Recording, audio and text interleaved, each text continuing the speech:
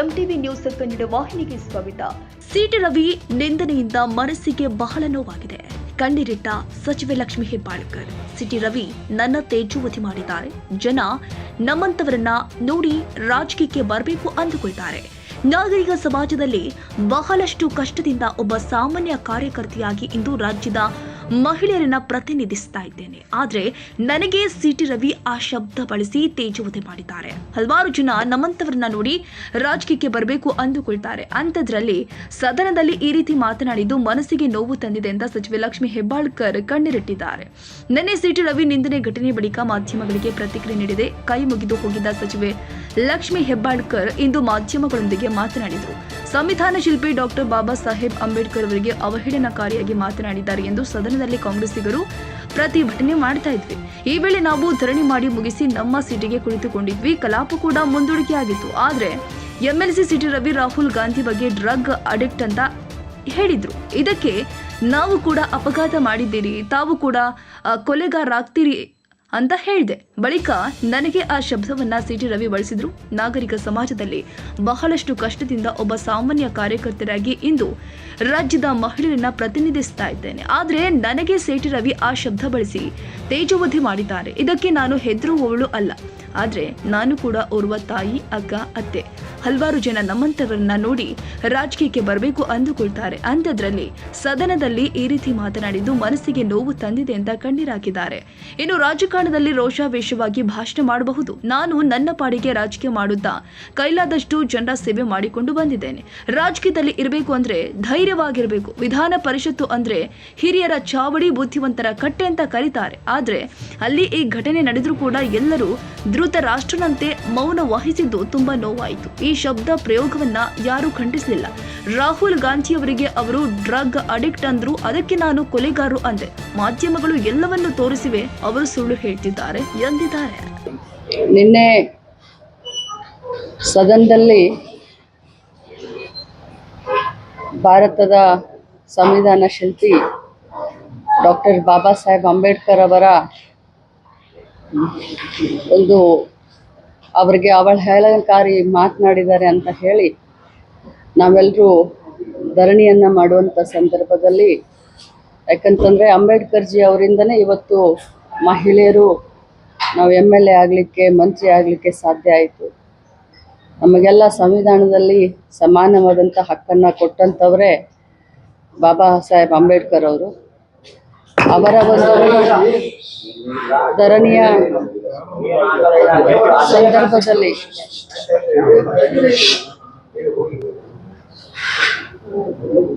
ಎಲ್ಲರೂ ಧರಣಿ ಮಾಡಿ ಮುಗಿಸಿ ನಾವೆಲ್ಲ ಕೂತ್ಕೊಂಡಿದ್ವಿ. ಸಭೆ ಕೂಡ 10 ನಿಮಿಷ ಮಾನ್ಯ ಸಭಾಪತಿಗಳು ಅಡ್ಜನ್ ಅಂತ ಹೇಳಿ ಅವರು ಒಳಗೆ ತಮ್ಮ ಸಭಾಪತಿ ಕಚೇರಿಗೆ ಹೋದ ತಕ್ಷಣ ನಾನು ನನ್ನ ಸೀಟಿನ ಮೇಲೆ ಸುಮ್ಮನೆ ಕೂತ್ಕೊಂಡಿದ್ದೆ. ಆದರೆ ಸಿಟಿ ರವಿ ಅವರು ನಮ್ಮ ನಾಯಕರಾದಂಥ ರಾಹುಲ್ ಗಾಂಧಿಯವರಿಗೆ ಡ್ರಗ್ ಅಡಿಕ್ಟು ಅಂತ ಹೇಳಿ 3-4 ಬಾರಿ ಅಂದರು. ನಾನು ಮತ್ತೇನು ಸುಮ್ಮನೆ ಕೂತ್ಕೊಂಡೆ ತಾಳ್ಮೆಯಿಂದ. ಮತ್ತೆ ನನ್ನನ್ನು ನೋಡಿಕೊಂಡು ಡ್ರಗ್ ಅಡಿಕ್ಟ್ ರಾಹುಲ್ ಗಾಂಧಿ ಅಂತಂದರು. ಡ್ರಗ್ ಅಡಿಕ್ಟ್ ರಾಹುಲ್ ಗಾಂಧಿ ಯಾಕೆ ಅಂತೀರಾ? ಹಾಗಾದರೆ ತಾವು ಕೂಡ ಆಕ್ಸಿಡೆಂಟ್ ಮಾಡಿದಿರಲ್ಲ, ಹಾಗಾದರೆ ತಾವು ಕೂಡ ಕೊಲೆಗಾರರಾಗ್ತಿರಲ್ಲ ಅಂತ ಅಂದೆ. ನಾನು ಹಾಗೆ ಅಂದ ತಕ್ಷಣವೇ ತಿರುಗಿ ತಾವೆಲ್ಲರೂ ಕೇಳಿದ್ದೀರಾ, ನನಗೆ ಆ ಪದವನ್ನು ಬಳಸಲಿಕ್ಕೆ ತುಂಬ ಅಸಹ್ಯ ಆಗುತ್ತೆ. ನಾಗರಿಕ ಸಮಾಜದಲ್ಲಿ, ರಾಜಕಾರಣದಲ್ಲಿ ಭಾಳಷ್ಟು ಧೈರ್ಯ ಮಾಡಿ, ಭಾಳಷ್ಟು ಕಷ್ಟದಿಂದ ಒಬ್ಬ ಸಾಮಾನ್ಯ ಕಾರ್ಯಕರ್ತೆಯಾಗಿ ಇಲ್ಲಿವರೆಗೆ ಒಬ್ಬ ರಾಜ್ಯದ ಎಲ್ಲ ಮಹಿಳೆಯರನ್ನ ಪ್ರತಿನಿಧಿಸ್ತಾ ಇದ್ದೀನಿ. ಇಂಥ ಸಂದರ್ಭದಲ್ಲಿ ನನಗೆ ಆ ಮಾತನ್ನು ಒಮ್ಮೆಲ್ಲ 10 ಬಾರಿ ಹೇಳಿ ನನ್ನನ್ನು ತೇಜೋವಧೆ ಮಾಡಿದರು. ಇದಕ್ಕೆಲ್ಲ ಹೆದರೋದಿಲ್ಲ ನಾನು. ಆದರೆ ನಾನು ಕೂಡ ಒಬ್ಬ ತಾಯಿ, ಒಬ್ಬ ಅಕ್ಕ, ಒಬ್ಬ ಅತ್ತೆ. ಇವತ್ತು ನನ್ನನ್ನು ನೋಡಿ ಸಾವಿರಾರು ಮಹಿಳೆಯರು ರಾಜಕಾರಣಕ್ಕೆ ಬರಬೇಕು ಅಂತಿರ್ತಾರೆ. ಇರುವಂತ ನಮ್ಮವ್ರಿಗೇನೆ ಅದು ಸದನದಲ್ಲಿ ಈ ರೀತಿ ಮಾತಾಡಿದ್ರೆ ಬಹಳ ಹರ್ಟ್ ಆಗುತ್ತೆ. ಇಷ್ಟೇ ಹೇಳಿಕ್ ನಾನು ಆ ಮೂಮೆಂಟ್ ಅಲ್ಲಿ ನೀವು ಎಕ್ಸ್ಪೆಕ್ಟ್ ಮಾಡಿದ್ರೆ ನೋಡಿ, ನಾವು ರಾಜಕಾರಣದಲ್ಲಿ ರೋಷಾವೇಶವಾಗಿ ನಾವು ಭಾಷಣವನ್ನ ಮಾಡಬಹುದು. ಆದ್ರೆ ಇಲ್ಲಿಯವರೆಗೆ ನಾನು ಹುಟ್ಟಿದಾಗಿಂದ ಒಂದು ಇರುವೆಗೆ ಕೂಡ ಕಾಟ ಕೊಟ್ಟಂತವಳಲ್ಲ. ನಾನು ನನ್ನ ಪಾಡಿಗೆ ರಾಜಕಾರಣ ಮಾಡಿಕೊಂಡು ಕೈಲಾದಷ್ಟು ಜನರ ಸೇವೆಯನ್ನ ಮಾಡ್ಕೊಂಡಿದ್ದಂತ. ಕೆಟ್ಟದ್ದನ್ನ ನೋಡಿದ್ರೆ, ಕೆಟ್ಟವ್ರನ್ನ ಕಂಡ್ರೆ ದೂರ ಹೋಗುವಂತ ಸ್ವಾಭಾವಿಕ ರಾಜಕಾರಣದಲ್ಲಿ ಇದೀವಿ ಅಂತಂದ್ರೆ ನಾವು ಸ್ವಲ್ಪ ಧೈರ್ಯದಿಂದ ಇರಬೇಕಾಗತ್ತೆ. ಆದ್ರೆ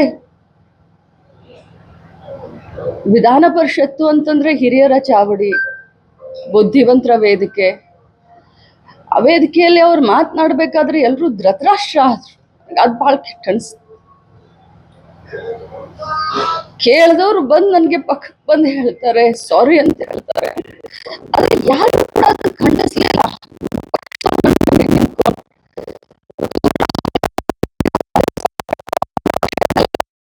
ಅಂತ ಹೇಳಿದ್ರೆ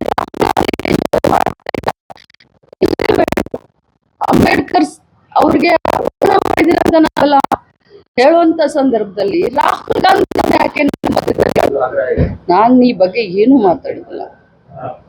ನಾನು ಬಹಳ ಶಾಕ್ನಲ್ಲಿದ್ದೀನಿ, ಬಹಳ ದುಃಖದಲ್ಲಿದ್ದೀನಿ.